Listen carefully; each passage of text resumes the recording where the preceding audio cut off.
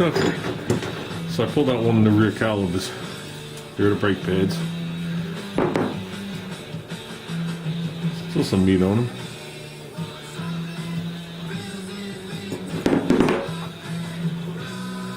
Except for the two major cracks. I had a car this past week, or the week before, that brake pads look mint. They start out at about 12 millimeters thick. Okay, and these had about 10. But the rotors were so rusted that there was like a 3/8 band around the rotor on the inside that was actually making contact. The rest wasn't doing anything. So it's typical one of those cars that went 100,000 miles and never did brakes. Well, it usually costs you in the end. When I went to pull it apart, the actual material was no longer bonded to the backing on both sets of brakes on the inner pad. When you went to do it all, when you went to take it apart, to take the caliper off, the bonding material just fell onto the floor. So, and it was actual rust in between the two of them. So you can't really tell by just looking if it's good or bad. I know one thing, that these brakes did not come from the rear I bought. Because when I went to buy the rear, it didn't have the brakes on it. And I said to the guy, I says, I'd like to get all the brakes and all the stuff. I said, even if they're just cores. I said, so I don't have to waste money. Oh, no problem, no problem. I'll pick you out a mint set. I'll send the guy out right now. And he went up to a vehicle and took the rear brakes off of me. They gave them to me, knowing the rotors were useless, but at least I could use them for mock-up. And like I said, these rotors were, I don't want to lie, somewhere between $10 and $12 or something a piece. That's it. So, the calipers, which are nice and free, I was just wiping them off. But here are the slides. Many problems with calipers are just the slides that hang up. Okay? Because when this sits down on the rotor, like this, every action has an equal reaction. So if you put fluid in here to push the piston, as soon as this brake pad touches the rotor, okay, there's nothing to support it. So the actual body has to slide over. These stay, the body slides over like this. So it centers itself and has equal force on this pad and this pad right here against the piston. Okay? Now the amount this moves is minuscule. It's a couple of pieces of paper. That's it. If it moves more than that, your brake pedal's gonna be pretty low. Okay? So what I've seen happen is if customers come in and they say my brakes are low, they need adjustment. And right off the bat, you warn them, well, you don't warn them, you advise them that disc brakes are unadjustable, that there's usually a problem, you know, and we explain and stuff like that, and we tell them that we're going to look into it and all the other stuff. And basically what happens most of the time is one of the two of these will seize solid. So if this requires both of them to slide to compensate for both sides, if one seizes solid and the other one is free, this one right here, everything will bend just like this. There's a lot of force here. There's a lot of force here. So this will bend and then it'll spring back.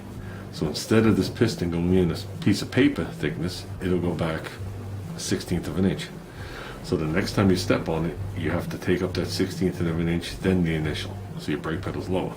And as time goes on, it gets worse and worse and worse, and you'll find that the pad's wearing a wedge. One side will be thick, one side will be thin. Okay, opposite to each other. And this thing will just keep bending and bending and bending and bending. And sometimes you get in these cars and you go to stop and your foot's on the floor. And it happens so slowly that some people pay no mind to it. They're like, oh, okay, you know, they don't even notice it. It's not like you just drove the car the way it was supposed to be and the following day it happened. It happens in time. So when this locks up, it takes a while for these brake pads. And this is about half thickness. So on a car today, to do that half thickness is about 30,000 miles. Maybe 25,000, depending on how you drive. So it's going to take a while for this thing to wear into a wedge form and get that gap that we're talking about. So people get accustomed to it because it's so slow. You know what I'm saying? So, and not all cars are these sliders on the actual calipers. Sometimes they're on the brackets that hold the caliper. So this caliper mounts rigid to the bracket, and this slide is on the bracket itself. Okay, a lot of manufacturers do sell those brackets separate, but usually by the time you're at that point, you recommend the whole caliper because many reasons. One, I can't do a visual inspection of the piston. Okay, you usually know if it's rusted. Okay, even if the boot's fully intact, you go to slide it back in, you know what it should feel like. Okay, because you're definitely squeezing a big ratio of fluid to a small hole, so you know the normal feel of it. If you go to do it and you feel the piston bind, and then you got to do it on the other side, the other side, the other side, you know there's something wrong. It might have went back in, but you know the guy's going to have a problem. I don't like to deal like that. So at that point, if either one of these is seized in the bracket, I've seen a mildly seized where you could actually, they have nuts on the end, you could actually take a wrench and do it and you feel it break free, and it's just that the grease turned into like glue. And then you have the ones that are rusted solid. That's it, they're done. So this inside here, basically I'm going to take this, I'm going to push it up, I'm going to slide it down, and you can see the gold color. And there's no rust whatsoever on here. Doesn't seem to be any kind of lube on there either.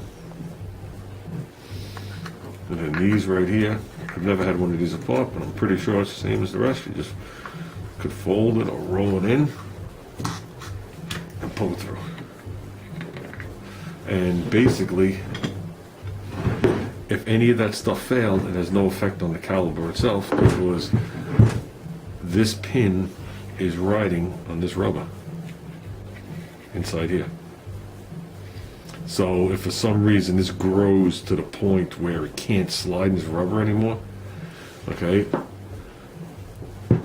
it should have no effect on this. But on the other hand, if this is growing with rust and it's clamping down on the rubber, then this has to be honed. So push it up like this. There you go.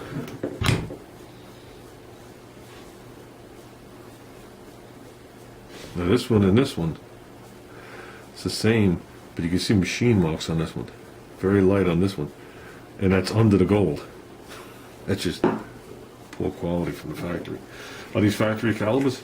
I have no clue in the world. I could only assume they are.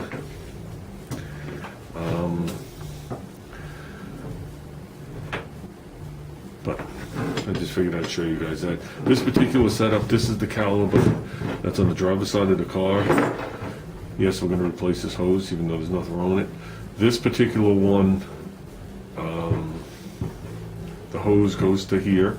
This bolts onto the rear end. On some rear ends, that bolt that goes through is hollow. It has a little cap on it. That's the vent. So when you're driving down the road and your gear oil and everything warms up, it has a place to vent, or it builds up a pressure. Same thing when it cools down, so air can go back in. So it breathes. I have worked on the car early in my career. I went to change the rear end fluid, and the vent was stuck. And I went to pull the plug out, and it went all over me. Like it was pressured, well, it was pressurized, but like it went, and it was posi fluid.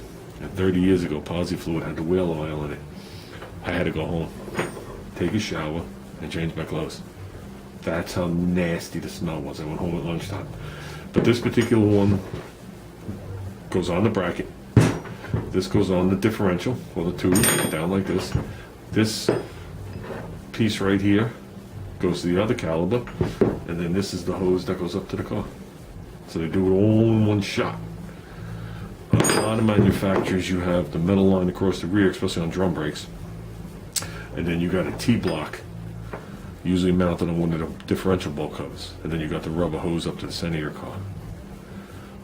AMC put a T-block on the passenger side of the car, then ran 2 metal brake lines.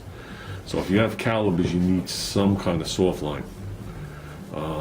Even though the manufacturer I work for uses hard lines to some of their calipers in the front.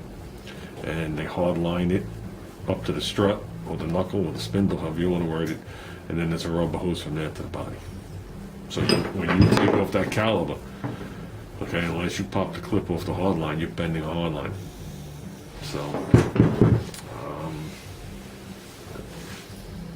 So that's in a nutshell. Like I said, I don't have these off. The pistons were right in. I probably could have did it with my fingers. I had to crack the lines because I pinched these way back when. I cracked the line. I let it bleed into a piece of paper over there. The fluid was actually nice and clear, which is a good thing. And the other caliper looks just like this, but with just a hose coming off it.